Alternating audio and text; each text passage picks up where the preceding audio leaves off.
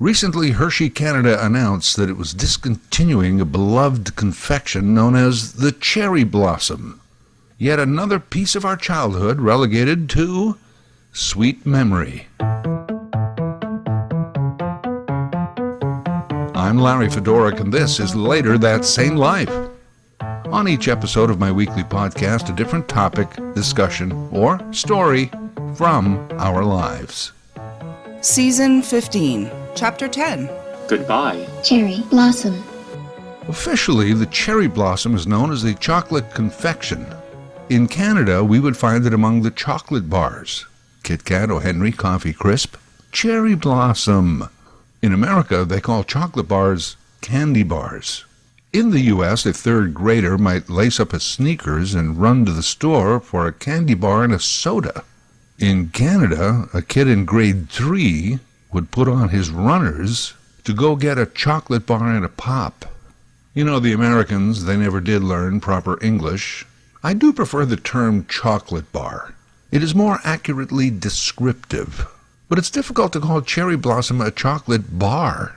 As we know, it's more of a cube. At least the packaging is a cube. The confection itself is more like something you'd find in a box of oversized chocolates. Sometimes life can be like a box of oversized chocolates, or so I've heard. However you look at it, it is a unique offering. A maraschino cherry in cherry syrup covered in a mix of chocolate, shredded coconut, with roasted peanut bits. Cherry, cherry blossom, well it's thick chocolate on the outside. And it's creamy on the inside. When you get to the center, it's a very special center. It's a cherry special peanut butter chocolate coated creamy center. Cherry blossom. As a kid, it wasn't exactly your favorite. But if Grandma bought you a cherry blossom, you took it. As a kid, you never turned down candy or chocolate of any kind. Then, as an adult, your taste becomes more sophisticated. And also your memory of cherry blossom is elevated. A couple of years ago, I saw a display of them in the impulse buying aisle when you're waiting in line to pay at the dollar store. Wow, cherry blossom. I remembered those. Didn't know they still made them. I treated myself. And then a few days ago when I found out that they were being discontinued, it didn't seem fair. It's not that I ate them regularly, but it was nice to know that I could just go get one if I wanted to. Now, discontinued. I went to my local convenience store and bought out whatever they had left.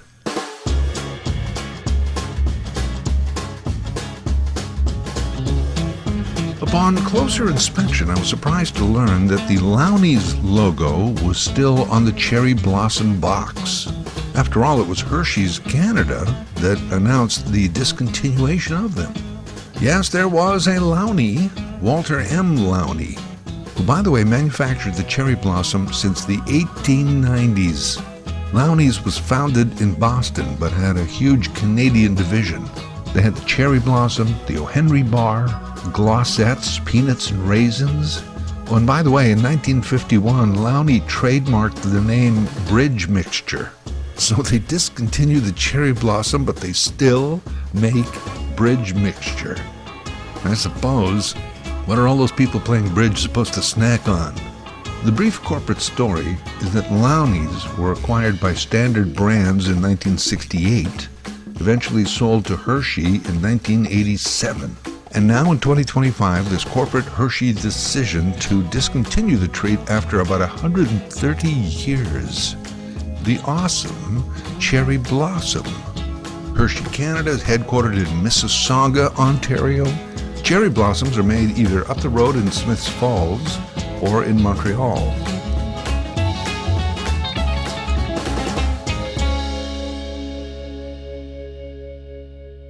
Don't really blame them for dropping the brand, I guess. I mean, before this, when's the last time you had one or even thought of the Cherry Blossom? You bring up Cherry Blossom, and those who even know what the heck you're talking about will say things like, I remember those. Can't remember the last time I had one. And like me in the dollar store lineup, I didn't know they still made those things. And those cube boxes, how do you display those among all the chocolate bars? And they look so small in that little cube. They're not, actually. At 45 grams, they have the same mass as an average four-finger Kit Kat, and just a little less than a regular-sized Snickers. Again, it's that cube. It looks small. Speaking of which, anyone who's had a cherry blossom in the last 6 months always comments, they are smaller than I remember them as a kid. Of course, as a kid, you were smaller. That's why Canadians remember more snow in winter when they were younger. Of course, the snow was up to your knees. You were 3 feet tall. There is no hard evidence that the cherry blossoms have shrunk over the years, actually to the contrary. Firstly, the packaging. In the old days, they did not have to include weight or size. So it's difficult to discern what the size of the old cherry blossoms actually were. They also didn't have to display nutritional information. Nutritional information on a chocolate bar. Who even reads that? You know what it should say? It should say nutritional value, 0. Emotional satisfaction of eating chocolate, 100%. Then in Canada, there was the switch from imperial measurements to metric, so all products readjusted their sizes. It's possible that the cherry blossom actually got bigger over time, but that we as people got proportionately even bigger, so a cherry blossom box appears smaller. Here is some evidence. Stats show that the average chocolate bar, say in 1960, was around 35 grams, and the average today is about 42 grams. The cherry blossom weighs in at 45 grams. Looking at old pictures of original cherry blossom boxes, again, no size or weight on the label, but some of the old boxes say on them 10 cents. By the 60s and 70s, chocolate bars were anywhere from 30 to 50 cents. When I bought out those cherry blossoms a couple of weeks ago at the store, they were $2 each.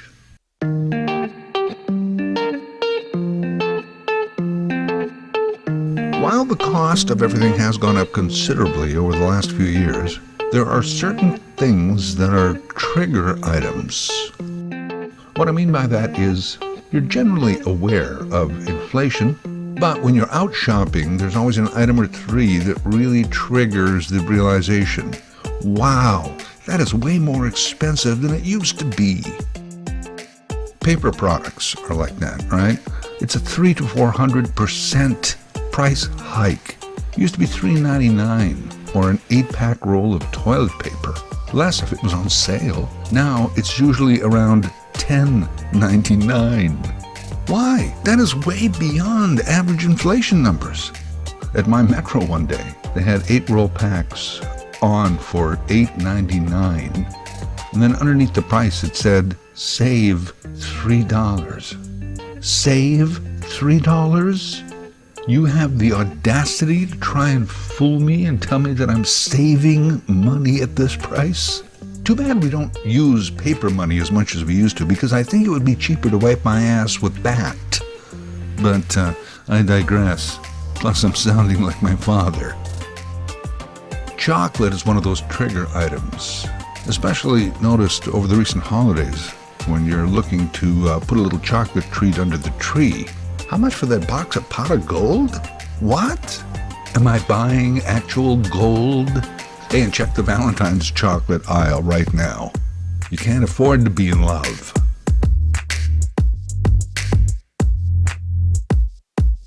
Why is chocolate so expensive? Well, why is anything?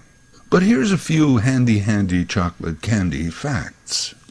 Chocolate comes from the cocoa bean, and 70% of the world's cocoa beans come from 2 West African countries, Ghana and Cote d'Ivoire.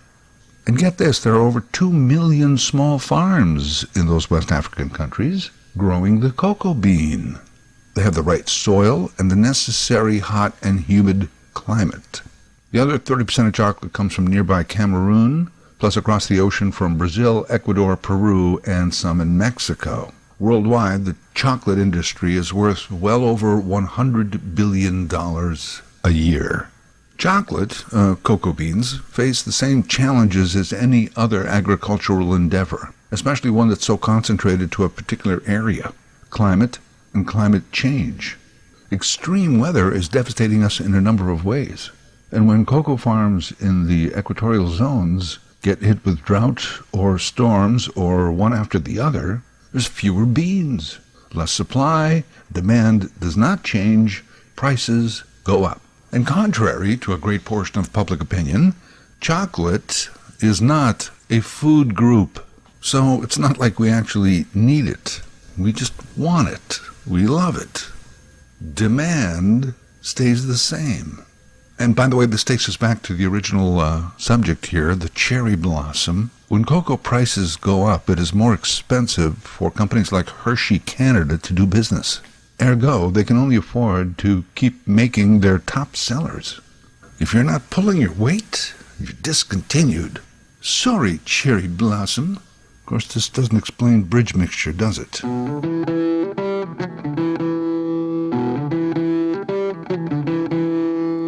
And then there's all of this. The knock on chocolate for years, especially that originates in West Africa, is that the majority of it was harvested by child labor. Children as young as 5 years old doing the sometimes dangerous back-bending work of harvesting the cocoa bean. This is not a simple issue, as in, it's child labor, so let's just stop it. Remember I said that Ghana and Cote d'Ivoire had about 2 million cocoa bean farms? Well, this means that there aren't really any large industrial farmers there, no big plantations. Rather, there's a lot of small family operations. On any family farm anywhere on the planet, we know that everybody pitches in, even the kids. These are literally mom-and-pop operations, small parcels of land, dangerously thin profit margins. There's no government subsidies. They can't afford to just go out and hire labor. But here's the difference. North American kids have chores before and after school. West African cocoa farm kids, they don't go to school. They work on the farm all day. And it's not just that and that alone. Some reports say that children are also conscripted and enslaved to work on certain cocoa bean farms.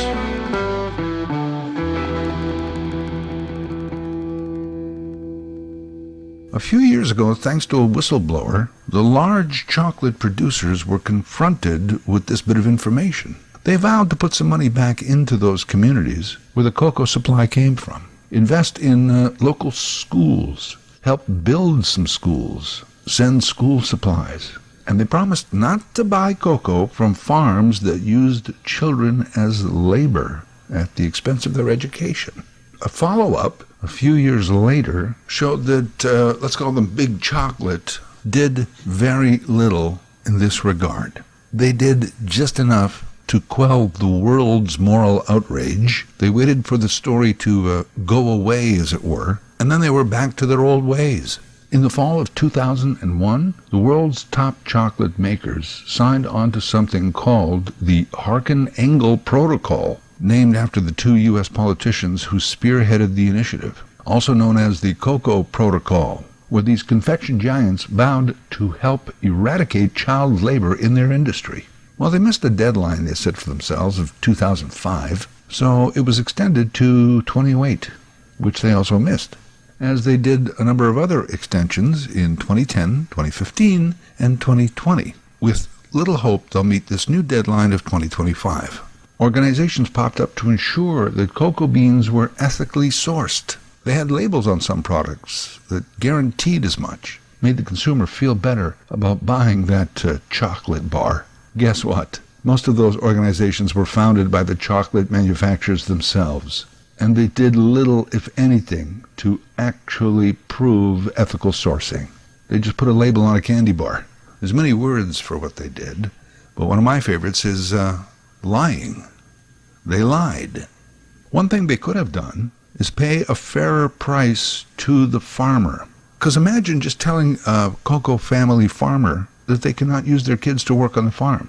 In most cases, they could not, therefore, produce a crop. and consequently would have no family income. Perhaps if Big Chocolate just gave the farmer a fairer price, maybe they could afford to hire some help. Meanwhile, the big chocolate companies, they reap billions of dollars annually in profit. So big corporate putting profits over benefits to labor. Well, there's nothing new in that. The chocolate industry, though, seems particularly egregious. Of those 2 million farms in Ghana and Cote d'Ivoire, some years up to 90% of the farms do not make a living wage. At least half are below the World Bank's extreme poverty line. Meanwhile, the Mars Company announced recently a strategy to double their snack revenue to an annual $36 billion. And by the way, all those farmers who harvest the cocoa bean have never tasted a chocolate bar, unless some Western reporter offers them one. They just can't afford it. But nothing brings home the inequity of coconomics than farmers who've never seen, let alone tasted, the products that rely on their daily toil. These farmers have been growing beans for decades. They're about to get their first taste of chocolate. You have never tried chocolate? No. It turned out not one person in this group had tasted chocolate. Ah. C'est bon. Ça c'est bon. Ça c'est bon manger. That is your cocoa. It's easy to blame the big chocolate makers, Mars, Hershey, Ferrero, Nestle. And you may not have even ever heard of the biggest one, Mondelez International. They own Oreo, Cadbury, Toblerone, and much more. Yeah, it's easy to blame those guys, and I do. They are complicit in this unfair industry. But also, there's only about 3 major buyers of cocoa beans in the world. They buy and process most of the world's supply, and then they sell it to those major 5 makers and others. So there's a very small group of billionaires who control most of the world's growth and production. What chance does a poor African farmer have? Only about 6% of the value of a chocolate bar gets back to the farmer. So when I bought my cherry blossoms for $2 each, that means 12 cents goes back to be distributed among 2 million farmers in West Africa. I guess we could always boycott chocolate. That would teach them, wouldn't it? If the demand just wasn't there? But like with any boycott, it's the people at the bottom of the socio-economic structure that suffer the most. With a boycott, those farmers wouldn't even get my 12 cents. We could shame the corporations and get government to regulate them. Again, been there, done that. Another deadline passes, nothing seems to change. And right now, no politician is running on the platform of a fairer chocolate market.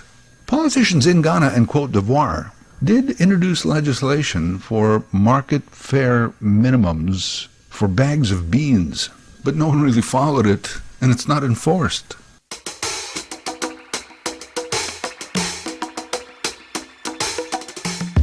Chocolate. It's already a guilty pleasure.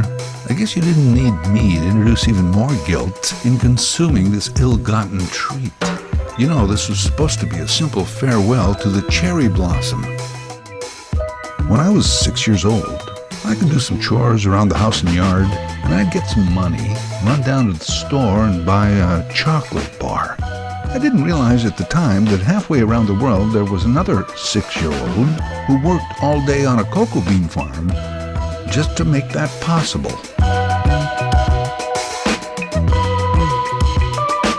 Later That Same Life is written, produced, and voiced by Larry Fedoruk. Larry Fedoruk, 37 at gmail.com. Subscribe to Larry's podcast YouTube channel. Get automatic notifications with each new episode.